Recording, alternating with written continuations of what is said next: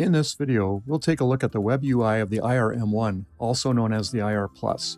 While certain single-channel wavecast units offer the option of unicast mode, this unit operates exclusively in multicast mode. The front panel of the IR Plus server offers a convenient view of the IP address, MAC address, and other operational details, along with quick access to the audio input gain level for simple adjustments. For more advanced configurations, however, the web UI is required. The interface can be accessed through any standard internet browser. By default, the server is configured in DHCP mode, which allows it to automatically obtain an IP address from the network, and this address will be displayed on the front panel. To access the web interface, connect a PC to the same network, open a browser like Chrome, and enter the displayed IP address. The default login credentials for the unit are both admin in lowercase. To begin, please familiarize yourself with the 5 tabs located on the top of the browser: Status, Settings, Audio, Network, Image, and Admin. Status tab. The IR-M1 supports up to 2 channels of infrared and 2 channels of streaming or wavecast. This page provides a quick overview of all relevant information. The device column indicates which ports have an emitter connected and identifies the model. The state column shows whether the device is in use. The Channel A and Channel B columns display which channels are active, marked with an X. The temp, power, and status columns will show OK if everything is functioning normally, or will display an error message if there is an issue. Settings tab. Let's explore the modulator information section. The model number is displayed at the top, and if it's a Dante model, it will appear as IR-M1D. The IR-M1 supports 2 channels of infrared simultaneously operating on either 2.3 and 2.8 MHz or 3.3 and 3.8 MHz, so you'll need to select the appropriate band. To change the broadcasting band, simply choose your desired option from the drop-down menu. The IR mute function controls the delay time after no audio is detected. Once the selected delay period has passed, the device will mute itself or stop broadcasting audio over infrared. Let's now take a look at the device settings. The port number and device type will automatically be populated. You can assign a custom name to the emitter here. If a device is connected to one of the ports and is functioning without any issues, you can route audio from either channel A or B by selecting the corresponding checkbox. Additionally, you can choose the desired broadcasting power level. For smaller rooms, lower power may be more beneficial. The lights column allows you to enable or disable the indicator lights on the rear of the IR-E4 emitter. This feature can be useful in dark rooms or in environments where lights may be distracting. Finally, you can disable any of the 4 devices from broadcasting by selecting the Disabled checkbox. Please note that any changes to the device settings will only take effect once you click the red Submit button at the bottom of the page. Audio tab. On the very top of this page are VU meters for channel A and B. These pre-fader meters display the raw signal level entering the unit. The meters can indicate either an analog or Dante input. The next 2 sections are the same for both channel A and channel B, so we'll focus on channel A here. In the first text box, you can assign a custom name to the channel, which will appear in the channel list within the Wavecast app. You can then enable or disable streaming for that channel by selecting the checkbox. Please note that this checkbox only controls the streaming function and does not affect the emitter output.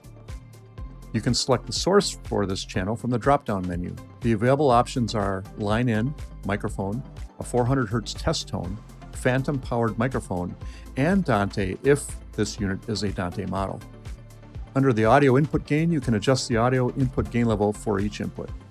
Next, you'll encounter the predefined EQ audio presets, which offers choices such as voice, music, hearing assistance, or a custom option featuring low-pass and high-pass filters, with the possibility to apply compression as necessary.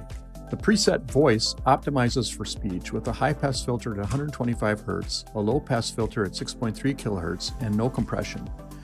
The music setting applies a high-pass filter at 31 Hz, a low-pass filter at 16 kHz, and no compression. The Hearing Assist preset compresses the audio at a 2:1 ratio, smoothing out the variations between loud and soft voices.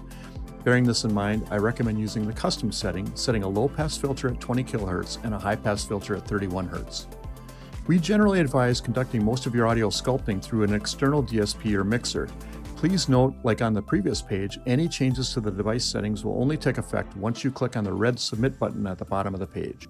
Network tab, DHCP or static. The unit ships in DHCP mode for ease of connecting and getting into this web UI for initial configuration. However, many times it is desired to have the unit in a static IP address. This is where that gets set, along with the subnet mask and gateway. TTL. TTL stands for time to live. This sets how many switch hops are allowed before the Wavecast packet expires. Typically, it's advised to keep physical switch hops to a minimum if possible, so this number can be set as low as possible. More switch hops equals more latency. Note, for any of these changes to take effect, they will need to be submitted with the red Submit and Reboot button, and the unit will repower itself. Network compensation buffer. The Wavecast unit has a variable buffer. This can be used if there are any issues with latency or audio dropouts.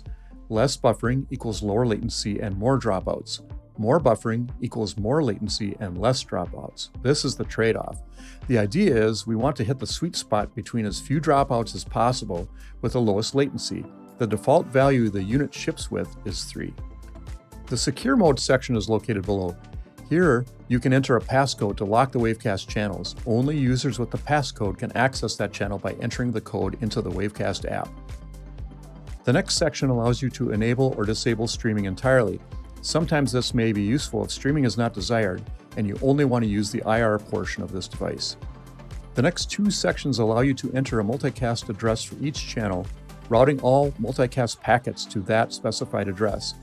Note that you must check the declare box to enable entering the IP address, and changes will only take effect by clicking on the Submit button. The next tab we'll explore is the Upload Image tab. Here is where you can upload a custom image to personalize each channel.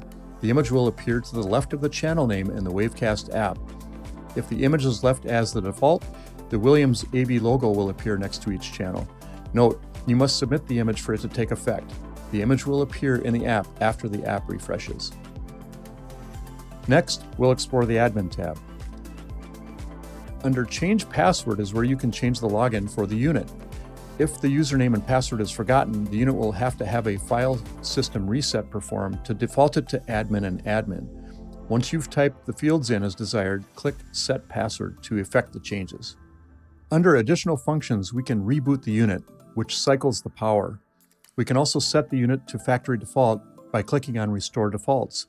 This returns the unit to the out-of-the-box default settings with the exception of DHCP static IP address mode and a static IP address if an address was originally specified. Note also an error log can be downloaded here. The log can be sent to the technical services team for evaluation and further assistance with troubleshooting. Under System Update, we can verify the current version of firmware that is installed. We can also upgrade firmware here.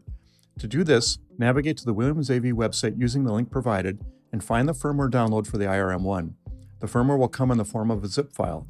Unzip the zip file and you will see a .bin file. This is the file to upload. When the proper file is selected, click on Update to perform the update. This update process will preserve any IP information entered so you won't lose the remote connection to the box by performing a firmware update here. Please note, we have a separate video that goes into more detail on how to perform this update.